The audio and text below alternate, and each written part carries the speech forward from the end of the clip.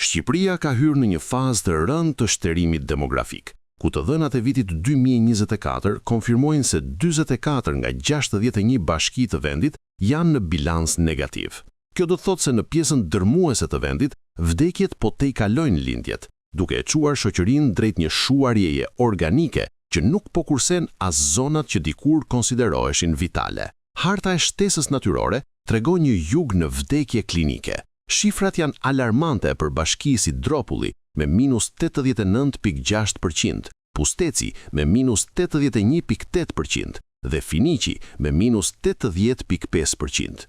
Ky nuk është thjesht një problem social, por fundi i ekonomisë lokale. Në këto zona nuk ka më blerës, bizneset po mbyllen dhe vetmja e ardhur që qarkullon janë pensionet dhe remitancat. Këto bashki janë shndërruar në azile gjigante, ku mungesa e moshës riprodhuese e bën rritjen ekonomike praktikisht të pamundur. Paradoksi thellohet në akset turistike.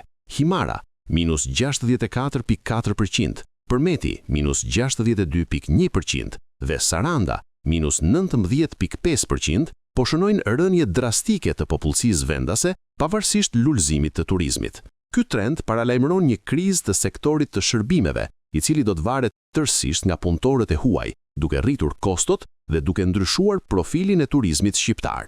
Në anën tjetër, Kamza 119,4% dhe Tirana 61,9% mbeten motorët e vetëm demografik, por rritja e tyre nuk është organike, por vjen nga zhvendosja e banorëve nga rrethet. Kostoja e lartë e jetesës në kryeqytet po fillon të funksionojë si pengesë për lindshmërinë, ndërsa zonat e veriut si Kuksi 73,3% dhe Dibra 68,3% po prodhojnë burime njerëzore vetëm për eksport. Të rinjt që lindin atje emigrojnë sapo mbushin moshën e punës, duke e lënë veriun me bilanc pozitiv lindjesh, por me varfëri kronike investimesh.